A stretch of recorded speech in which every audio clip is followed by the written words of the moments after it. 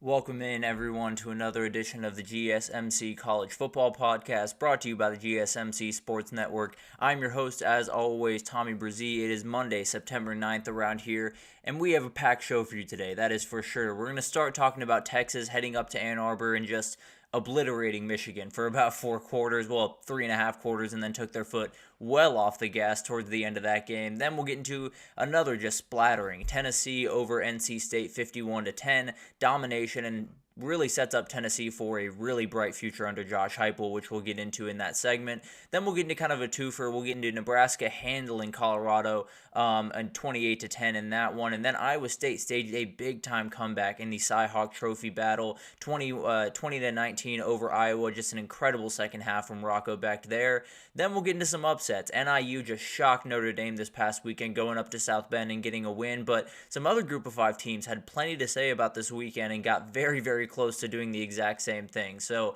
we'll break those down as well. Then we'll get to a week 1 whip around. Everything else you need to know, especially with the top 25 teams, what we'll do today. And then we have plenty more to get to that we'll get to tomorrow. So tons of stuff, and it's going to take us a little bit longer than today, just today, to get to all of it. But before we jump in, I do want to remind you all we get tons of questions and comments throughout the show, and the best way for you all to get your question on the screen, we can have a fun back and forth here, is to use that super chat below that chat feature on the Sports Network page. Great way for you guys to just click on that, add any question, comment you'd like, and it'll pop up on the screen. We can have a fun back and forth here. Always good to have this be interactive, and that's what I want. Want this to be a little bit more interactive as we get further and further into the season, so utilize that if you'd like. And also, the GSMC Podcast.net page is still up and working if that's a little bit easier for you all, but sometimes that super chat is just a little bit easier to access. So, going to be an incredible couple of months here, so definitely join on the ride, get a little bit interactive here. Would love to get this more of a fan-driven show going forward. But let's get into this, because there was a domination that happened up in Ann Arbor this past weekend, and it was at the hands of the Longhorns to the Wolverines, and this one was a beatdown. There's really no other way to put it. And this one could have been much worse than it was, because Texas took their foot well off the gas pedal in the fourth quarter of this game and just kind of rode it out to the finish. Michigan made a couple of plays at the end to make it look a little bit better, including a couple of really good balls from Davis Warren down the stretch of this game that we can talk about here in a minute. But the story of the game, without a doubt to me, is the Texas O-line. They walked into this game with a level of aggression, with a level of intensity that I really haven't seen from Texas in quite some time. I think the Alabama game last year was right on that same level, but this was a game where they walked in and knew that if Michigan was going to beat them, it was going to be because they out-physicaled them. That was really the only way that Michigan was going to be able to get this one done, and they didn't even come close. This Michigan D-line with Mason Graham and Kenneth Grant got pushed around for a lot of the day. Now, they made their fair share of plays and forced Quinn Ewers out of the pocket. He just continued to make those plays when he did, but at the end of the day, when you give up 0 sacks and only 5 pressures to that defensive line, your offensive line had one of the best days of the entire team. And I think it's possible that they were the best unit for Texas throughout this game, and there were a lot of good units for Texas. For Michigan on the other side, or let's talk about Quinn Ewers here for a second, because it was his show on Saturday. There's no doubt about that. This kid went to work, and I talked about it last week. I said this is a game where you're going up against Wink Martindale. You're going up against the reigning national champions in their building. This is a chance to become a first-round prospect. There's no doubt in my mind that he is a first-round guy at this point. Now, it's a matter of battling for that number 1 spot, and Shedeur did not do himself any favors this week, which we'll get into in a couple of segments here. But at the end of the day, on the Michigan side, they have the same problems they did a week ago. This O-line is not in the place that it needs to be, especially if they're going to run that offense they did a year ago. Khalil Mullings is a great running back, and so is Donovan Edwards. The holes aren't there for them to be succeeding.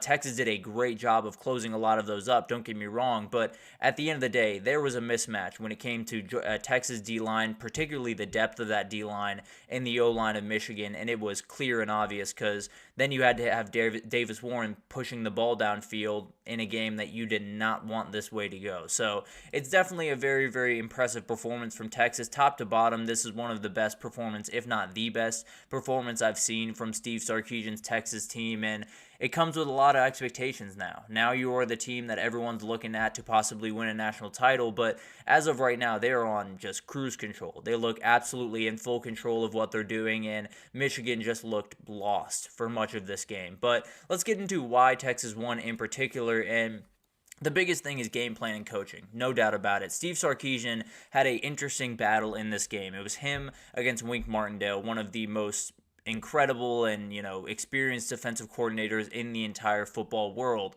Sark decidedly won that battle. It was all over the place, this Michigan defense, and Texas took advantage of every single opening that they gave them. And it was incredible to watch the play calling go to work because Steve Sarkisian just had them in the palm of his hand for the vast majority of this game. There were tons of motions, there were different personnel groups, there was tons of confusing pre-snap stuff that Michigan's defense was just all types of confused about. And then on the defensive side of the ball, game planning, it was rather easy, right? You take away that run game, you put the ball in Davis Warren's hands, you get up early, which they did and very much helped them in this, and then you go to work. And then you kind of just wear this team down.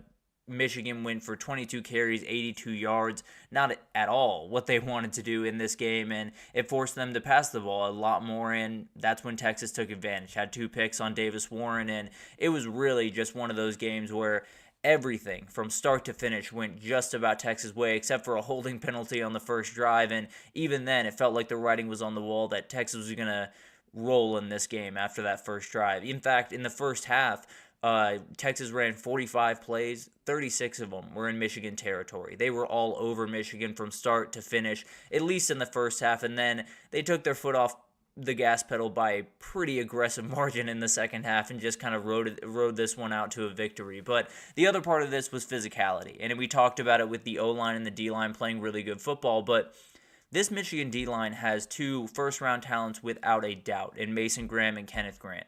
They got handled for a lot of this game. Kenneth Grant, there were a couple of plays where he just got outright pancaked by whether it was Hayden Connor or Jake Majors, might have been outright the best player on the football field this past weekend because the way he exploded off the ball was just incredible to watch throughout this game. But at the end of the day, this is a Michigan defensive line that is really good. There's no two ways about that. There's no argument to say, maybe they weren't as good as we thought they were. Now, the depth is not nearly where it needs to be, and that is the big time Achilles heel of this defensive line. But even when the front guys were in there, it was pretty much domination from this Texas offensive line, and it shows you just how far they've come in only a couple of years, where a couple of years ago they were outmatched pretty much every which way from Tuesday on that offensive line. But on the D-line, they did a great job of slowing down this tough running game for Michigan. I think it's one of those things where they knew what they had to do coming in. They knew that they were a group that a lot of people had questions about. They knew that they were going to be attacked early on in this game.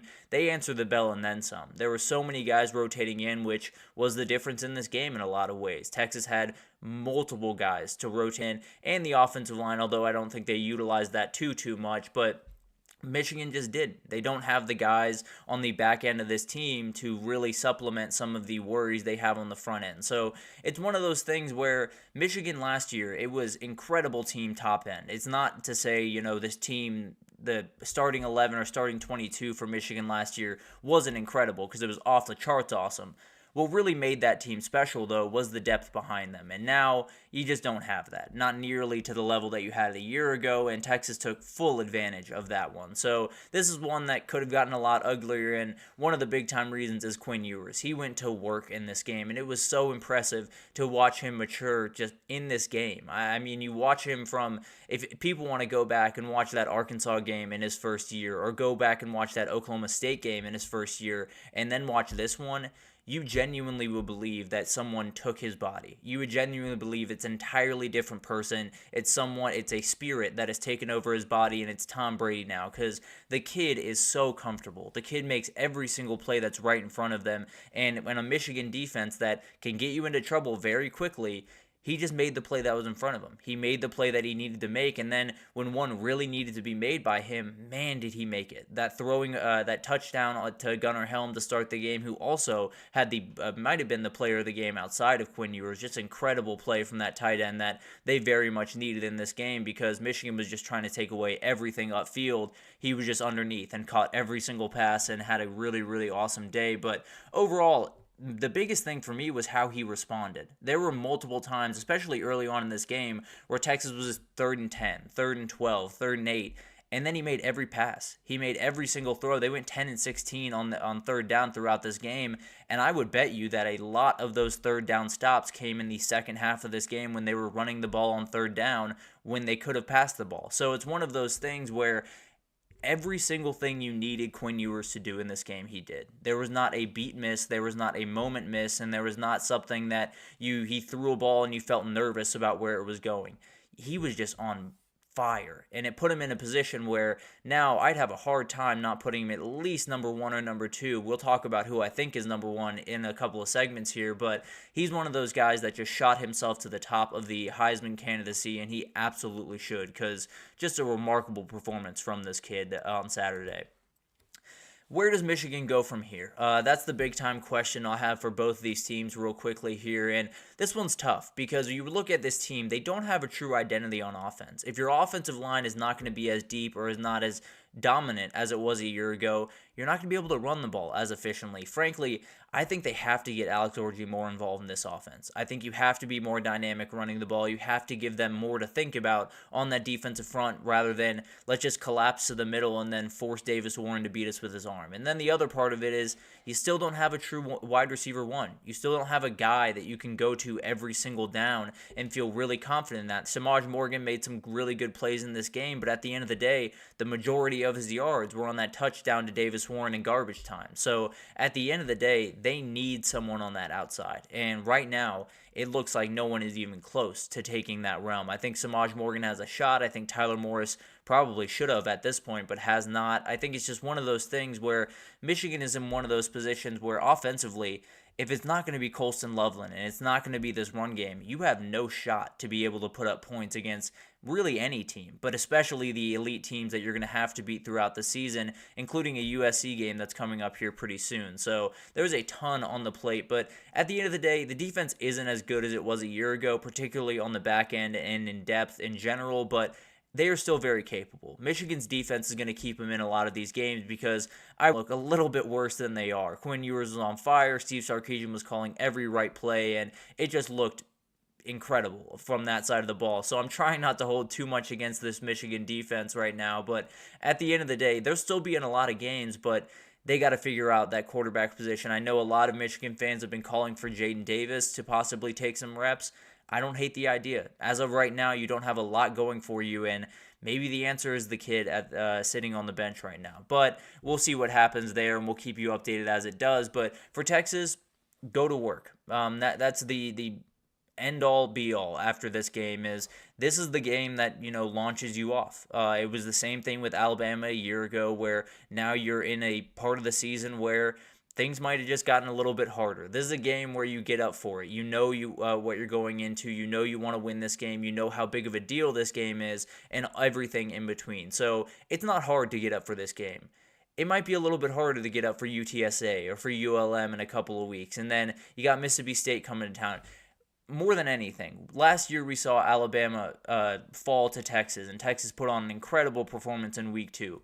From there forward, Texas had a number of games that were very, very close, some that they hypothetically should have lost in some different circumstances, and they were able to get out wins. But in the SEC, those margins are even thinner, so they have to be very, very careful moving forward, because as great of a win as this is, and I think it's a lot better than some people are giving it credit for, I do think this is one of those things where you just got to make sure you don't get complacent. You got to make sure a Mississippi State team doesn't walk in there and really give you a run for your money. But then, huge props to Steve Sarkisian and his staff. I mean, we talk about how much Michigan lost, and Michigan lost just so much more than Texas did, to be totally fair. But Texas did get 11 guys drafted, lost their top 4 pass catchers, the best best defensive players and defensive linemen on their team, lost the starting running back, starting right tackle. They lost a lot of guys and still found their way back to playing just elite level football. So as of right now, all system goes for Texas. They are in have everything in front of them to possibly go to a playoff,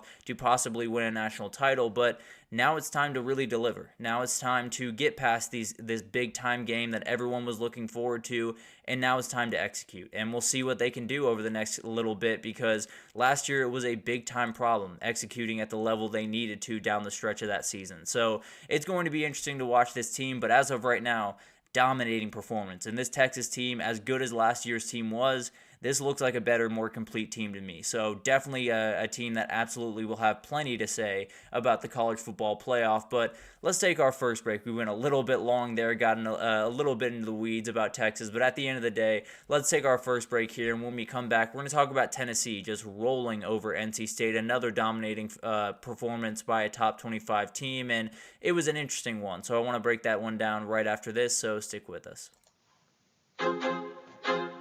I feel like I'm losing my mind. Is everybody in the world blind? Please, Lord, give me a sign, a sign. I feel like I'm losing my mind. Is everybody in the world blind? Please, Lord, give me a sign, a sign. I wanna be the greatest. Everybody on the fake shit. I look around and feel like everybody is the fakest. I make this every day and I'm impatient. Hoping one day I blow up from the basement. Statement, the top is so vacant. I don't hear shit that I think is amazing. Waiting for my day when I'm playing. Sold out shows for 1,000 faces. Hey, give me that crown. Get down. It ain't your place. All this my town. If I want that shit, then I'll get it right now. I'm losing it. The noose it fits. I'm losing shit. A stupid myth. You choose to live or choose to dip. You choose to fight or lose your grip and lose a gift. Oh.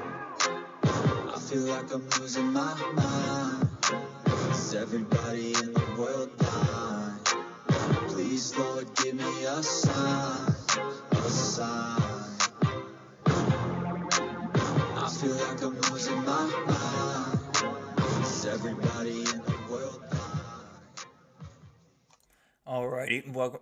Excuse me. Alrighty, welcome back, everyone. We just talked about an absolute splattering up in Ann Arbor, Texas getting that 131-12 against Michigan, and just a huge win for that program, and especially for Quinn Ewers, who might have just put himself into the first round of the NFL draft. But let's get to another splattering. Tennessee just went to work on NC State in this game, and it wasn't necessarily ugly from the get-go, which is kind of the funny thing about this game. It was one of those games that took a second to open up, but when it did, Tennessee took full advantage. It was absolute domination for much of this game, and Tennessee is for real. That is the biggest thing that everyone has to take away from this, because this was not a game that went the way that Tennessee thought it was going to go. If that was going to be the score, that was not going to be the box score that they were expecting. I can almost promise you that. So a really, really impressive game from them. I mean, they won this game by doing two things. They ran the ball really efficiently, and they played just suffocating defense against an offense that is going to give a lot of people problems. Now, maybe not the elite level SEC defenses problems, but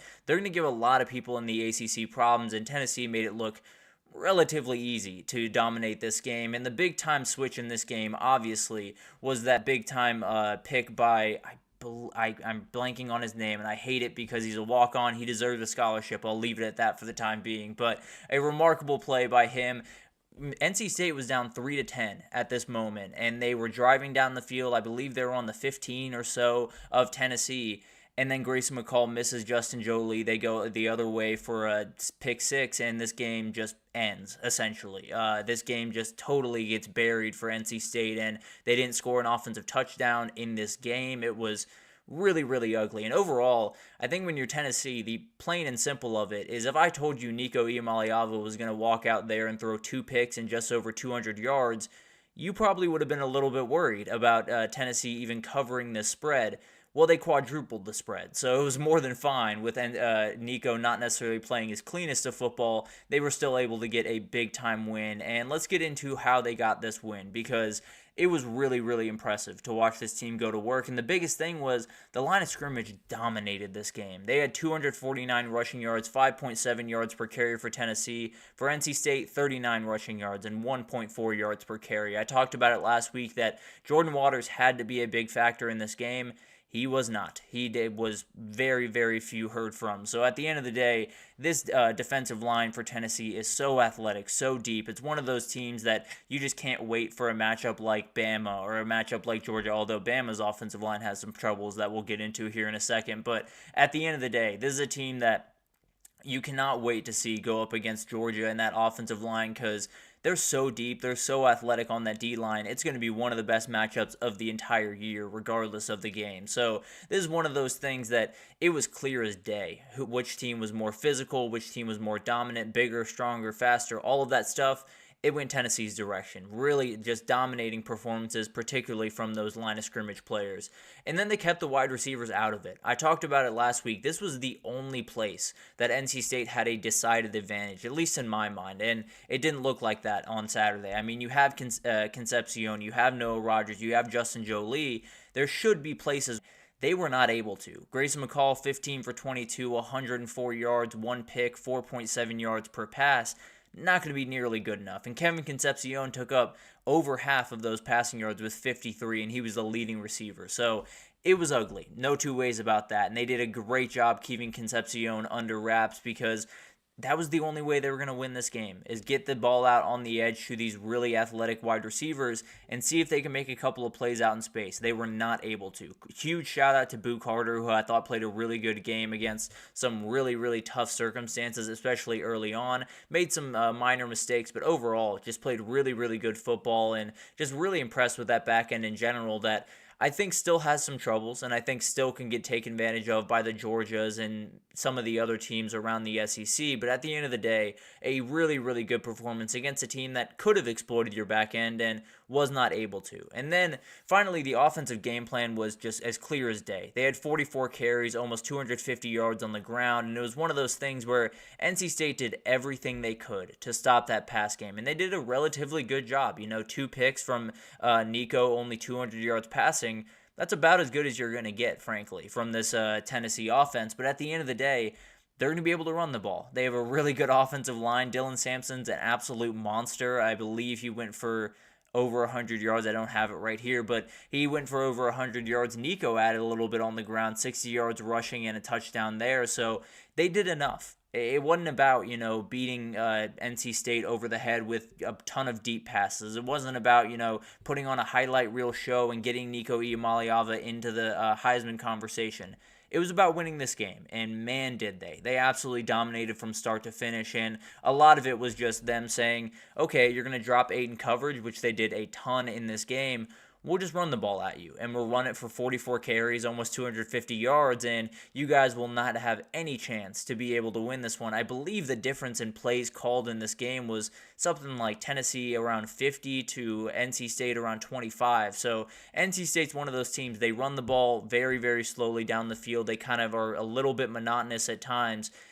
And I think that's the thing. If you can get up on NC State early, if you can put pressure on them early and make Grayson McCall be the guy that's going to make the plays down the stretch, you're in a good position because at the end of the day, NC State runs very slowly. They want to get the run game going. They're not a team that is going to be able to beat you over the top at least all that often. So at the end of the day, that's the formula. Get out ahead of NC State really quickly, force the ball into Grayson McCall's hands, and then just let your guys on the back end feast. It's a very, very simple formula, but where they go from here, I think for NC State, this one really hurts, no doubt about it. I mean, you got beat down for 4 quarters in a game that coming in, there were a lot of NC State fans that were looking at this as a turning point for the program, as a chance for them to beat a big-time SEC team and become a team that everyone's talking about for the playoff. That's obviously not how it went down, but at the end of the day, they still have a chance to do everything they want to do in this season. There's still plenty to fix. That O-line needs to get a ton better because they have Clemson in a couple of weeks and also an NIU team that we'll talk about here in a bit. But at the end of the day, this team needs to find a run game. They need to find an O-line that's going to be consistent at the point of attack. And then the defense, I think, is going to be mostly fine, although that defensive line not necessarily playing the way that you want them to is worrisome. But at the end of the day, I think when you look at the game plan comparative to what NC State can do going forward against some teams, it's not going to be that type of game plan going forward. So I'm not super worried about the defense. I do have my worries, don't get me wrong, but I do think they're going to be able to be much better than they were in this game, and I think Tennessee is just one of those offenses that you can do your best to stop them. You're not going to do a very good job. I can almost promise you that. But on the Tennessee side, it's all systems go. It's the same thing with Bucks. It's really hard to find a hole in this team, at least a big-time hole. Now, you can poke little holes here and there, and I think UGA might just be able to take advantage of those really small holes. But at the end of the day, they're a different team this year than they ever have been under Josh Heupel. This is a better team than there was in 2022. I think they have a better quarterback. They have a way better defense. The wide receivers, I think, are more talented and deeper than they were, although I don't know if there's a Jalen Hyatt on this team, but I do think there are plenty of really talented players that spread the ball out more often and make it even tougher on that side. And then on the defense, James Pierce Jr., Arian Carter, Bryson Eason, these guys are just so dominant on that front seven that this back end that is inexperienced, that is young, that is still kind of learning the ropes, they have plenty of time and plenty of ability to make those plays, because if James Pierce Jr. is in your face, you're not going to make all that accurate of a throw. So at the end of the day, these two things work in tandem, and when your front seven is as good as Tennessee's front seven is, the back end's going to look a lot better than maybe it would if that front seven wasn't quite as dominant. So it's one of those things that you look at this game, there were so many different ways that I could convince you that Tennessee did not play well in this game. Whether it was, if I show you Nico's stat line, you would not think that Tennessee maybe even won this game, but at the very least did not win it by 41. I can tell you that. When you look at that stat line, it was really, really impressive that they were able to win, because at the end of the day, this is not what Tennessee has been. Now, don't get me wrong, Josh Heupel absolutely runs the ball, and that is the crux of his offense, as it is with a lot of elite play callers out there. But at the end of the day, it was remarkable to watch this team go to work, because it wasn't about the deep passes. It wasn't about Nico. It wasn't about anyone but Dylan Sampson in that front seven. And then on the other side, that offensive line just dominating the point of attack and really just imposing their will. Now, they got plenty coming up. Now, it is manageable, the schedule they have. They go to Oklahoma in a couple of weeks, another team we'll talk about later. Alabama at home, at UGA. They have plenty of games that are going to be a little bit worrisome, but let's say they go 1-2 in those games. Let's say they lose to Alabama and UGA, although I think that Alabama game they might be favored in, but let's just say they lose those two games and beat Oklahoma. They're into the playoff. There's no doubt about that. This is a really good team, and it's one of those teams that has that win that you need in that playoff room. Now they can say, well, they beat NC State away from home and were able to beat them in dominating fashion. That's going to mean something when it comes around to Selection Saturday. Or Selection Sunday. I can promise you that. There's going to be so many people talking about this game for quite some time to come, especially if NC State can put together a great performance the rest of the year. So overall, Tennessee, you're off running. CFP is very, very much in conversation for this team, and they are going to be as dangerous as they come in the SEC going forward. And then you just got to hope that NC State holds up their end of the bargain and doesn't just fall off a cliff after this one and loses all ability of that win. But we'll obviously figure that out as the time goes on. But let's take our second break here, and when we come back, we're going to do a little bit of a twofer for you guys. We'll get to Nebraska just dominating Colorado for much of that game, and then Iowa State winning in comeback fashion. Kind of two very different games, honestly, but let's cover them right after this, so stick with us. Looking for your daily fix of sports talk without having to pay for it? GSMC Sports Network is available on YouTube. Just search GSMC Sports Network. Get your fix of daily sports talk shows on YouTube, absolutely free. NFL, college football, NBA, MLB, MMA, UFC, fantasy football, and so much more. GSMC Sports Network has shows running all day long, with new sports shows starting every 2 hours. Just like on your favorite cable sports channel, except GSMC Sports Network is absolutely free. Just search GSMC Sports Network on YouTube to catch one of your new favorite shows, like the GSMC College Football Podcast, Chip Shot Football Podcast, Hoops and Heels Women's Sports Podcast, GSMC Basketball Podcast, and so many more. Check it out for yourself. GSMC Sports Network, now available on YouTube absolutely free. Search GSMC Sports Network on YouTube right now.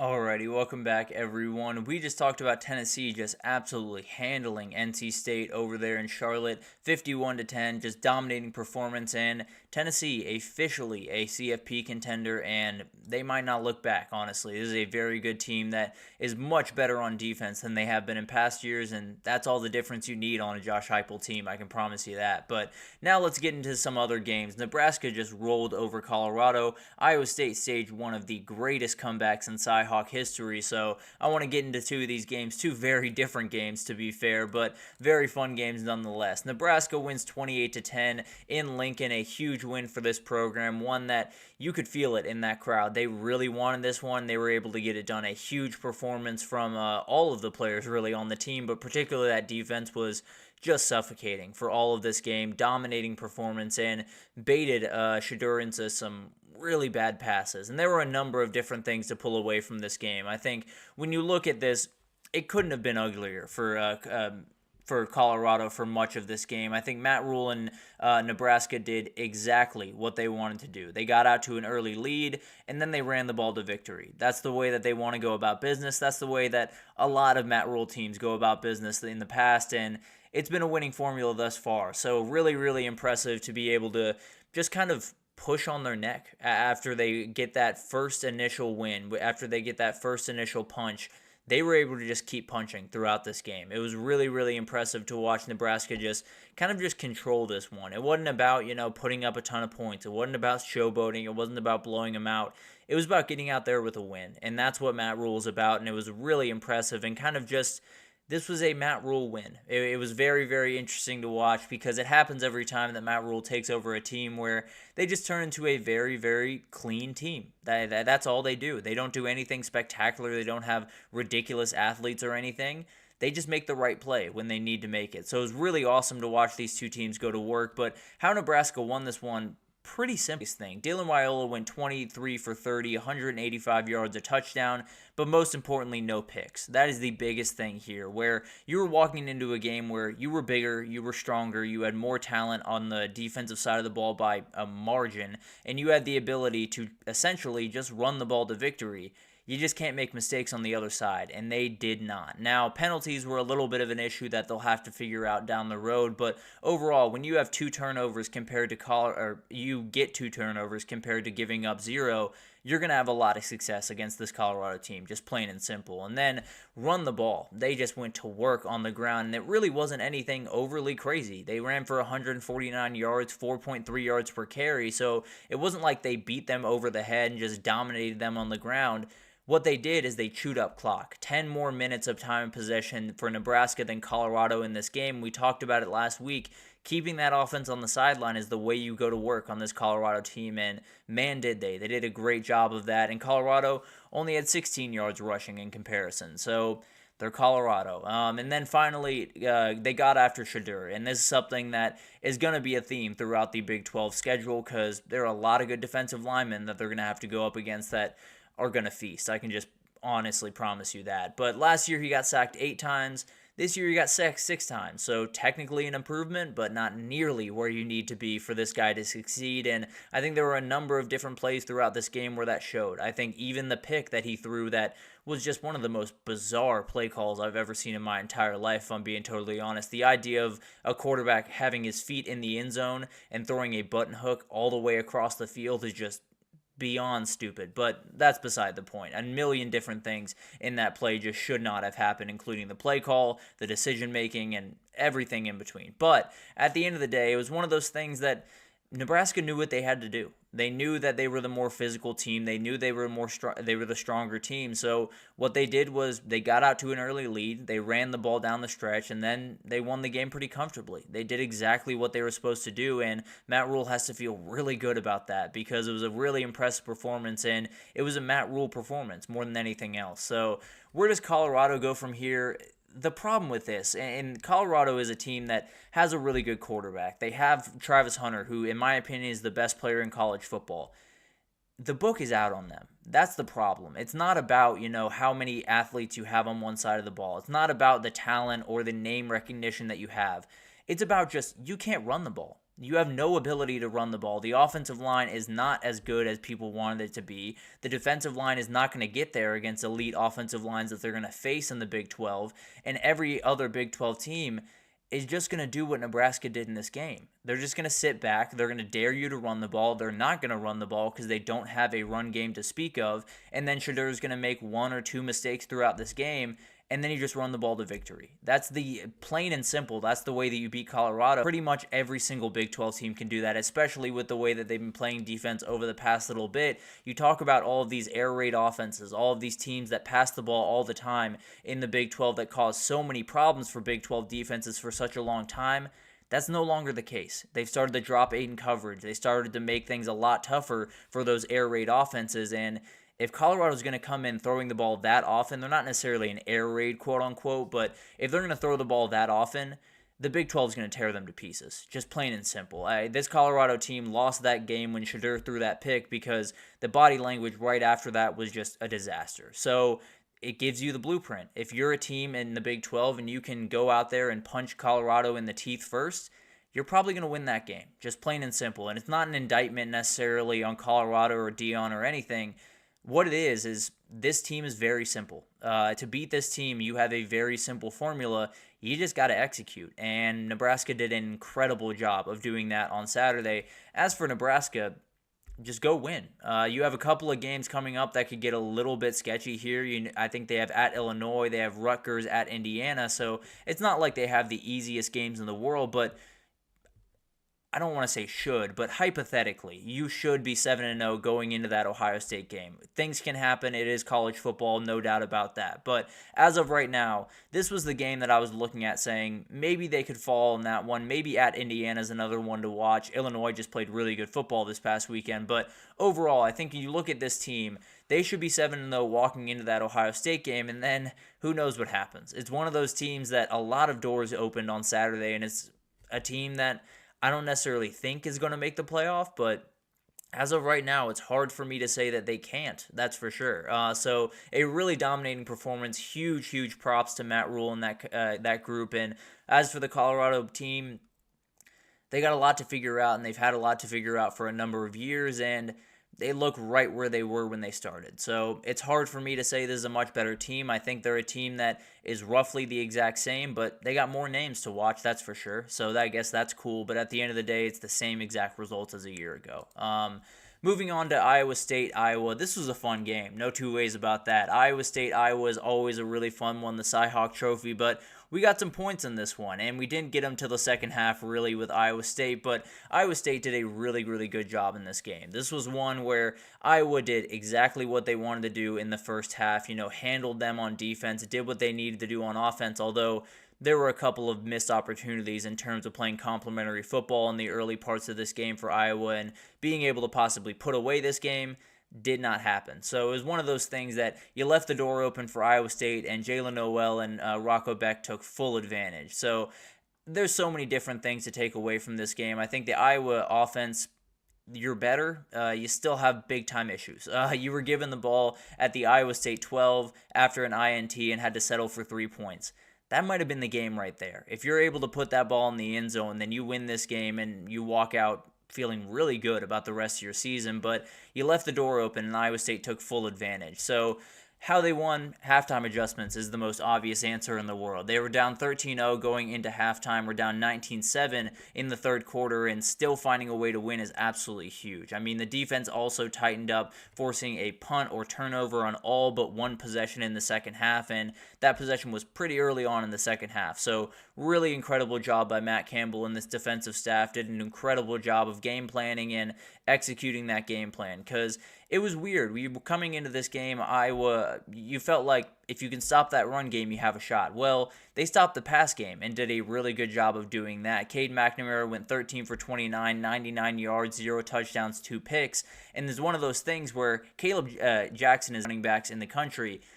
He can't do it all himself. So you can put as much on him as you would like. At the end of the day, if you have no passing game to put along with it, you're not going to be successful. So it was one of those things where you felt like they might have to take away the run game.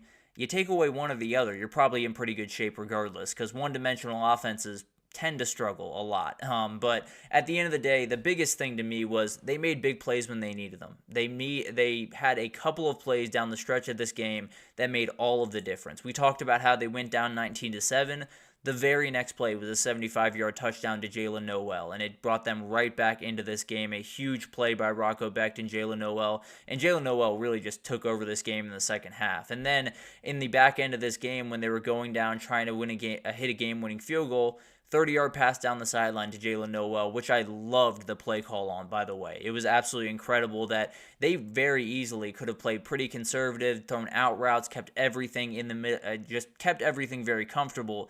They let Rocco Becht be Rocco Becht, and they let him throw the ball the way he's comfortable throwing the ball, which is kind of slinging the ball all around the field. He's a very, very instinctive quarterback and one of those guys that if he's in a rhythm, just don't take him out of it. Don't have him start dumping the ball down. Don't have him start, throwing those layups, because at the end of the day, he's going to have to make those big throws, and man, did he down the stretch of this one. But where does Iowa go from here is a very interesting question, because they're Iowa. It's hard for me to say that this is much of a different team than they've had the past couple of years. I do think they're better offensively. I think they have more playmakers on the outside to make plays. But at the end of the day, Iowa State is not the best defense that Iowa's going to face, especially not the best back end. So they're going to have to figure out some stuff. And at the end of the day, they have so many different things going for them. But they have a chance to still win most of the rest of the games on their schedule. They do have Minnesota, Michigan State, Washington, Wisconsin, but at the end of the day, there's a world where they roll the rest of the way and they're meeting Nebraska at the end of the season for a spot in the CFP. I know that sounds a little crazy, and frankly, I tend to believe they're going to fall at some point in that mess of the Big Ten, but it's definitely a possibility that this team could just ride their defense the way they have the last however long they've rode their defense, but it's one of those teams that has a lot in front of them. They still can do a lot of things, but it's Iowa. I tend to believe that there's going to be a stumble along the way, and they're just not going to be able to get there. But overall, for Iowa State side, this was the moment to me, and I think it was one of those things where Iowa State was waiting for that thing to kind of galvanize this team, let them know that they can play on the highest level, that they can win a Big 12 title. This was it. A team that was down 13 going into halftime, that was down 12 late in this game, being able to come back and being able to make those plays down the stretch has to give you all the confidence in the world. And now you head into a really, really tough stretch of the season. Big 12 play is always going to be really weird, but especially this year with so many teams wrapped around each other, it's going to be really tough for this team. But at the end of the day, they have so much going for them. They have so many different weapons on the outside. They have a really, really confident quarterback that we have shown in this past game. He has incredible resiliency. So overall, I think they're a team that can win the Big 12. They have Utah, I believe, at the second to last week of the season. So they got plenty ahead of them, no doubt about that. But they officially are a team that absolutely is in the Big 12 conversation, along with probably just about every other team in the Big 12, frankly, right about now. But it's going to be awesome to watch these two teams develop, as well as Nebraska and Colorado. I think when you look at Nebraska, the sky's the limit as of right now. If they're going to play that level of football every single weekend, they're going to be able to win a lot of games. And then on the Colorado side, it's the Colorado team that we've all known.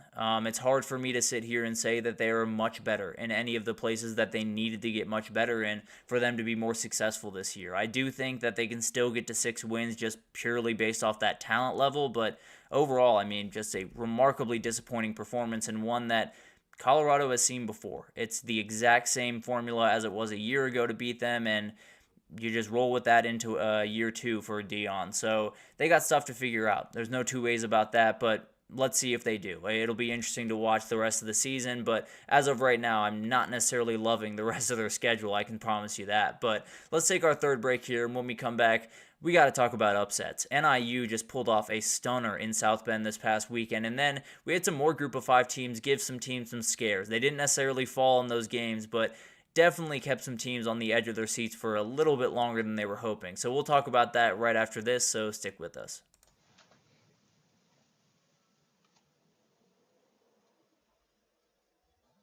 For the best and latest podcasts available anywhere, go to the podcast app on your cell phone and type in GSMC to access free content-rich podcasts on health and wellness, book reviews, sports, entertainment, relationships, social media, movies, technology, finance, and even weird news. Subscribe and download the GSMC Podcast Network's family of shows, available everywhere podcasts are found.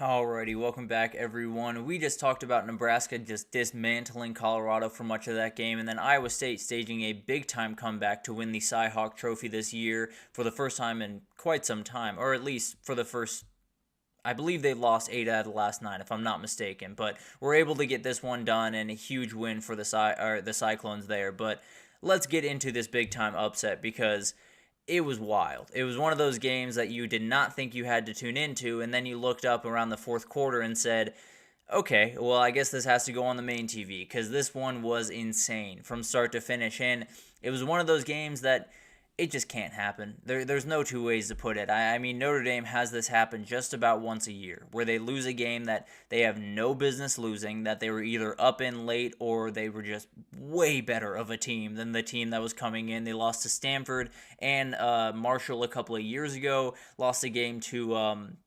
Louisville a year ago where they gave away a lead. There were so many monikers to show you. There were so many monikers to show you that this was going to be a team that was going to have this type of trouble. They were going to have these games where they play incredible football one week, they play terrible football the next. So it's a indictment on this program. It's an indictment on that coaching staff that you just can't get your guys ready for these games, and you can't get them ready on a consistent basis. And it's a huge worry for this team going forward. But they didn't just get, beat because some crazy things happened and one thing went one direction. No, they got beat. They got outgained by 100 yards. NIU had a better third down percentage, had more yards per pass, had more time of possession, won the turnover margin. They did everything in this game. So it wasn't like Notre Dame gave this one away. NIU beat them. They walked onto the field in South Bend and beat them. And Antonio Brown was a huge reason for that. Had 22 touches, 225 yards, and a touchdown in this game.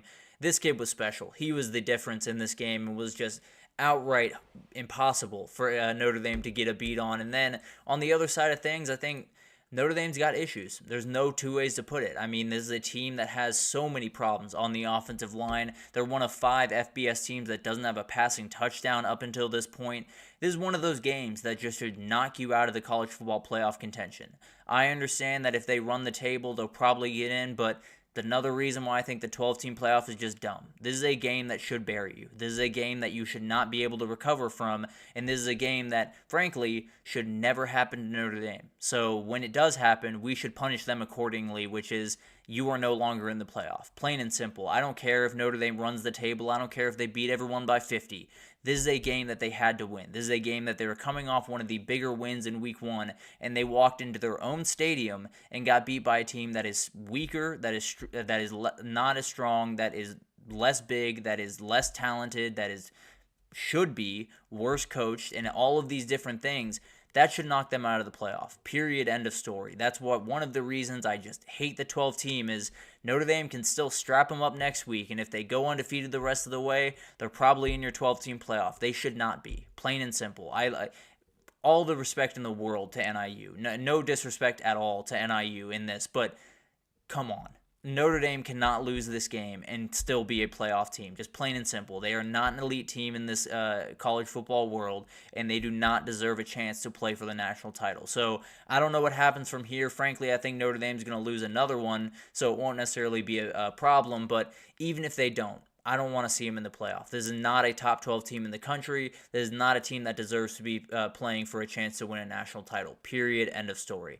On the other side of things, NIU, huge shout out to NIU and Thomas Hammock. He's a former player in that program and just got them their biggest win in history. So just so cool. Always incredible to watch these really awesome stories unfold throughout the college football season, and this is the biggest one so far. So incredible performance from NIU. For Notre Dame, I don't know. Figure it out.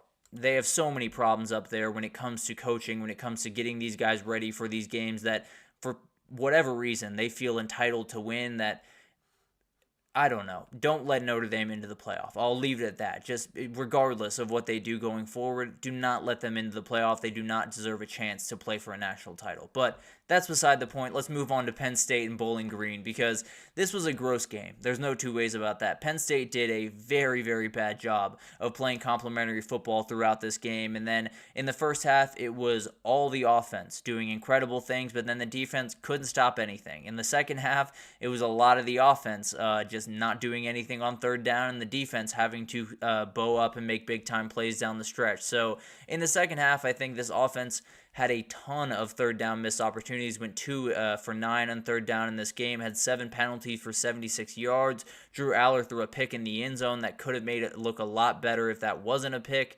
A million things went wrong for Penn State, so unlike that NIU game with Notre Dame, this was one that Penn State kind of gave away just a little bit. I think Bowling Green played a really good game, but at the end of the day, you won. So I guess you're able to move on. You're able to feel okay about that and be able to kind of fix some of the issues going forward. But they got another MAC opponent next week against Kent State, and it's one of those games that you probably will overlook, and you probably should to a certain extent. But at the end of the day, if Bowling Green's going to give Penn State a problem, maybe Kent State can come in there and do the exact same thing. But I do think Penn State is going to hit the ground rolling. I do think they're still a really good team. I just think this is a little bit of a hangover from week one, as we talked about last week. So not overly worried about this one, but definitely some things in here that make you just the slightest bit worried about what Penn State can do consistently throughout this year. Oregon escaped in this game. This was a game that, frankly, if you rewatch it, you'd be surprised that Boise State was not able to get this one done, because Boise State is awesome. They do have the best running back in the country. If you don't think that, then hush. Ashton Jeanty is absolutely different in every single way, so that's the best running back in the country. I'm not willing to have a conversation otherwise. But if it wasn't for 2 special teams plays in this game, Oregon loses, plain and simple. There's no two ways about that. They got a punt return from Tez Johnson, 85 yards to end zone to give Oregon a 7-point lead in this game, and frankly, that should have been the knockout punch, but it wasn't. And then Noah Whittington returned a kick to the 1-yard line and then decided to drop it, and then they got a quick recovery, which was just incredible play by number 27, don't know his name, but at the end of the day, he might have just saved their season with picking up that ball as quickly as he did, because Noah Whittington absolutely dropped that ball before the end zone, and just stop doing that. I genuinely, every time I see it, I don't understand how that happens. Just hold it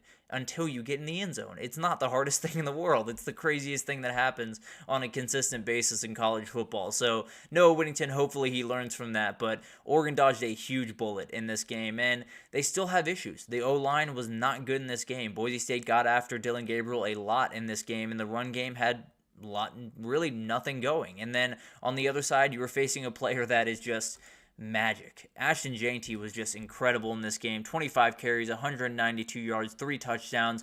Did have a big-time touchdown to, I believe, tie this game late to give Boise State a shot, but this is the best player in the country right now. This is my Heisman favorite, and I understand what Quinn Ewers did in Ann Arbor was absolutely remarkable. No one is playing better football right now than Ashton Jeanty. I feel very confident in saying that, and I think he's one of those guys that it's incredible to watch this guy play football. Frankly, the fact that he stayed at Boise State is outright insane, and I'd love to see what some of the NIL deals were to get him out of Boise. But at the end of the day, Oregon did get the win. They did just enough, and you still have some big-time questions. They go to Oregon State this weekend. They have UCLA. They have Michigan State before Ohio State comes to town. So they got a lot of stuff to figure out. If they're playing this level of football, they won't even be undefeated when Ohio State comes to town, much less being undefeated when they leave. So it's one of those teams that started the season very, very slow, and you're asking a ton of questions about. Still a very capable team, but a lot of the holes are, carrying over week to week, and that is the big-time worry for this team. Let's move over to Kansas State. This is another one that they escaped in this one. Tulane's offense made it really, really tough for Kansas State in this game, and frankly, I think they could make it tough for just about everyone in the country, but in the first half, they were outright rolling on offense for Tulane, but Kansas State just controlled the second half, outscoring Tulane 24-7, forcing multiple turnovers, including the scoop and score that was the difference in the game. So Kansas State did enough. They went about their business pretty much the way that they would want to. Now, there were a couple of mistakes in there, but got to 200 yards rushing. Avery Johnson had 2 passing touchdowns and no INTs, so it went probably as smoothly as you would like on the offensive side of the ball. It was just Tulane had enough on the other side that they could match it. The defense has things to figure out. There's no doubt about that. I think this Tulane offense is awesome, but at the end of the day, Kansas State should be able to stop Tulane at least more consistently than they were in the first half. So it's going to be interesting to watch this team develop. I think Kansas State, I'm not necessarily holding too much against them in this game playoff, but at the end of the day, I think it's one of those games where you came out a little bit sluggish. That's all well and good. They finished the job against a good Group of 5 team away from home. So I'm not going to hold it against Kansas State by any means. Tulane and Boise State have set themselves up in a really good spot for the CFP. There's no doubt about that. Frankly, I think they're playing second fiddle to UNLV right about now, but I think Tulane has another huge opportunity this upcoming weekend against OU that we'll get to them in a second, but there's attackable areas in that OU team. And then KSU has an out-of-conference game against Arizona on Friday, so a couple of big-time matchups for these teams coming up, and we'll see how they handle them. But definitely a big-time win for Kansas away from home against a really good Group of 5 team. So although this one would have been not great if they lost it, I do think winning it the way they did was plenty impressive for me, honestly. And then this is one that probably shouldn't be on here. I understand that Alabama won this one 42-16. It looked a lot better at the end of it. It was 14-13 going into the fourth quarter. And to be fair, the great teams turn it on when they need to. They win those games, and that's exactly what Alabama did. So no disrespect to Alabama by any means, but there are issues on this team. The O-line is a downright issue, and it's something that I did not think was going to be the problem with this team, but it really is. USF was living in the backfield of Alabama for 3.5 quarters of this game. Milroe was running for his life and never really got comfortable. On the other side of the ball, the defense had a really good day. The defense was all over the place, and I love this Kane Womack defense more and more every single week, but Jahad Campbell is playing the position he was meant to play, which is essentially just no position. The dude is so athletic, he's so dynamic that just putting him out there on the edge and letting him go make plays is the best way to go about business. I think Justin Jefferson was a great addition to that linebacker room. USF went 2 for 18 on third down throughout this game. So a really remarkable performance from this Alabama defense. They did have 13 penalties for 120 yards, 3 fumbles, just so many mistakes for this team that just cannot happen against better opponents. So it's one of those things that I talked about it going into this game, that Alabama throughout the next couple of weeks just cannot give UGA or Wisconsin anything. They just cannot give them a weakness to expose. They gave them a huge one. That offensive line is one that they're going to attack time and again, and it's one of those that I don't know if Wisconsin can take full advantage given the way that they've been playing, but UGA definitely can. So it's one of those things they're going to have to figure out very quickly, because if they play that caliber of football against UGA at home, they're losing by about 21 points, and they're asking a lot of questions about Kalen DeBoer after that game. But overall, I mean, there were so many incredible upset bids, but NIU was the one that was able to get it done. Huge shout out to Thomas Hammock and that team. Just an incredible moment. You saw the emotion on his face after the game, and you saw how much it meant to him. It's one of those moments that make college football special. So huge shout out to NIU, huge shout out to the Huskies. But let's take our last break here, and when we come back, we're going to do a little bit of a week 1 whip around. We'll go through the rest of the top 25 teams. I believe we have 8 games here to cover for you guys, so we'll get to those teams right after this, so stick with us.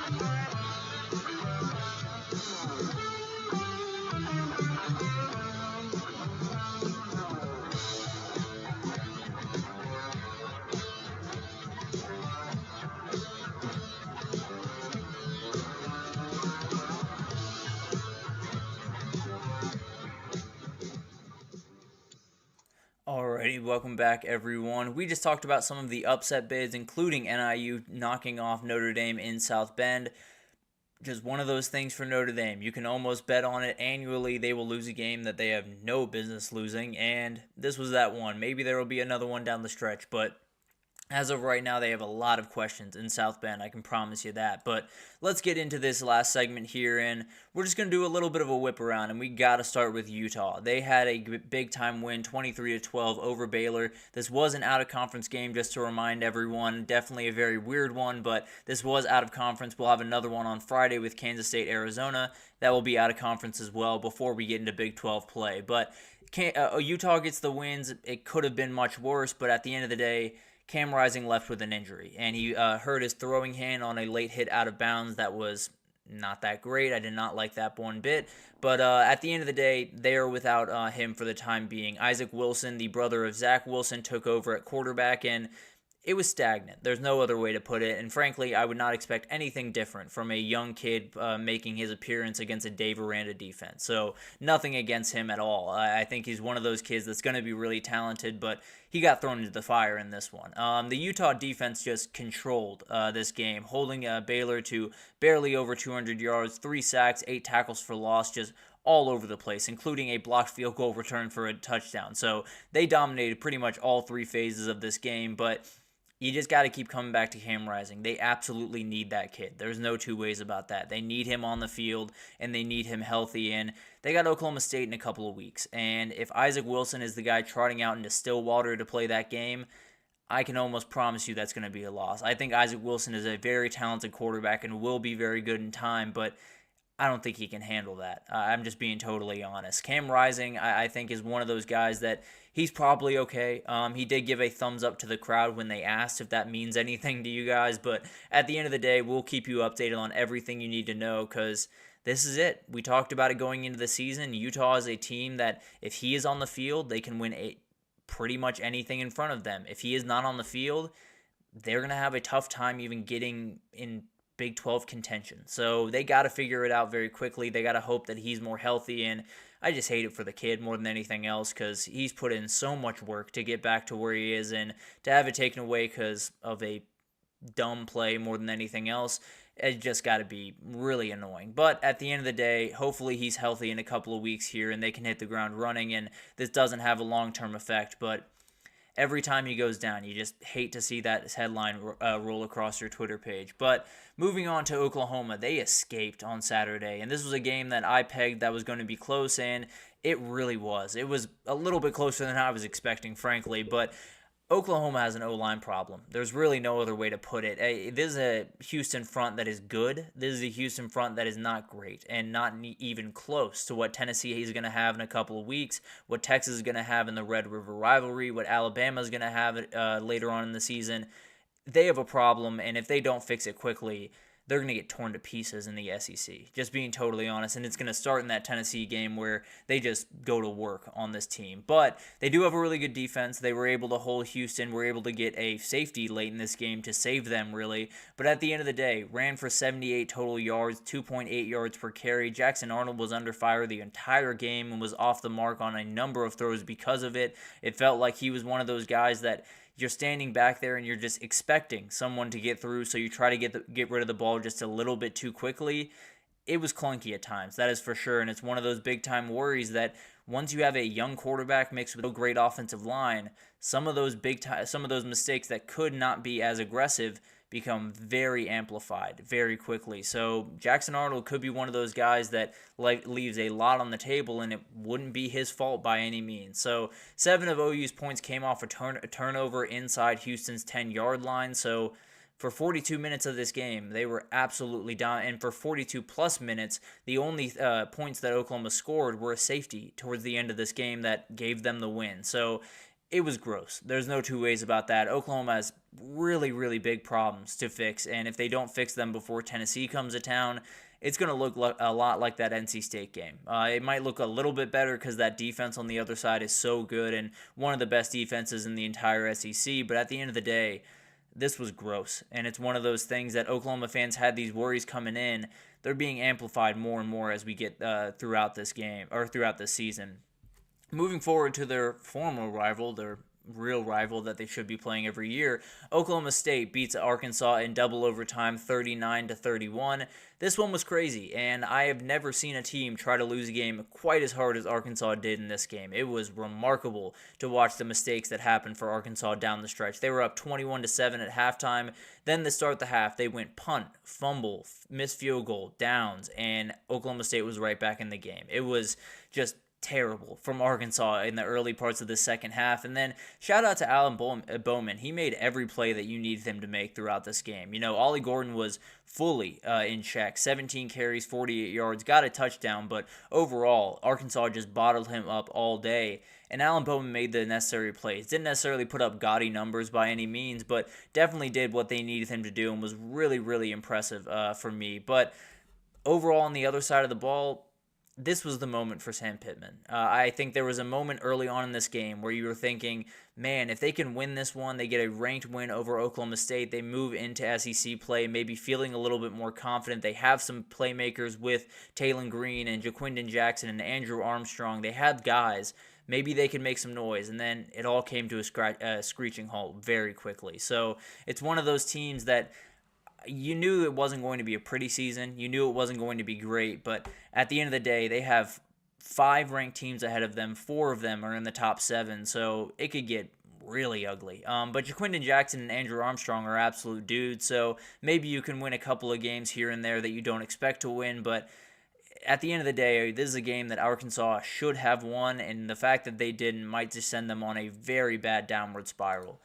Moving on to LSU, this is one I won't waste too much time on because at the end of the day, LSU was able to win this one pretty comfortably, but they did pull away in the fourth quarter. I believe this was a 2-point game going into that fourth quarter, and they were able to get it done, but this defense still has problems. They were able to let a couple of guys get loose on some big plays, and more than anything, that was really the extent of it for that defense, so not necessarily too aggressive of a bad job by this defense, but there were a couple of really, really bad moments in terms of just run fits and getting just blocked off the line. Also, the run game can't get going. And this is one of the best offensive lines in the entire country. The fact that they can't run the ball is just outright insane. They should not be in this position, and it shouldn't be on Garrett Nussmeier to make every single play. So it'll be interesting to see what happens. They do go to South Carolina where game day is going this upcoming weekend, and those 2 tackles against that pass rush is going to be really fun to watch. I can promise you that. But overall, LSU gets a pretty comfortable win, but still has some of those issues that you saw last year, and they're fixed a little bit, but not to the extent that you want them to be going into SEC play.